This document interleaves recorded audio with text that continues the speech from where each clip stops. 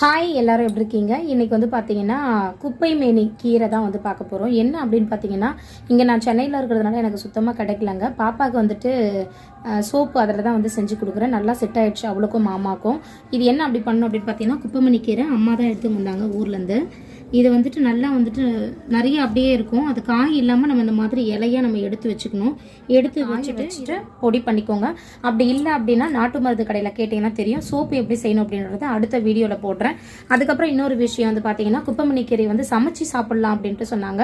அதுவும் வந்து பார்த்தீங்கன்னா வயிற்று புண்ணெல்லாம் நல்லா ஆற்றும் அப்படின்னு சொல்லிட்டு கண்டிப்பாக வீட்டில் வந்து இந்த மாதிரி கீரைங்க கிடைக்கும் போது சமைச்சு சாப்பிடுங்க.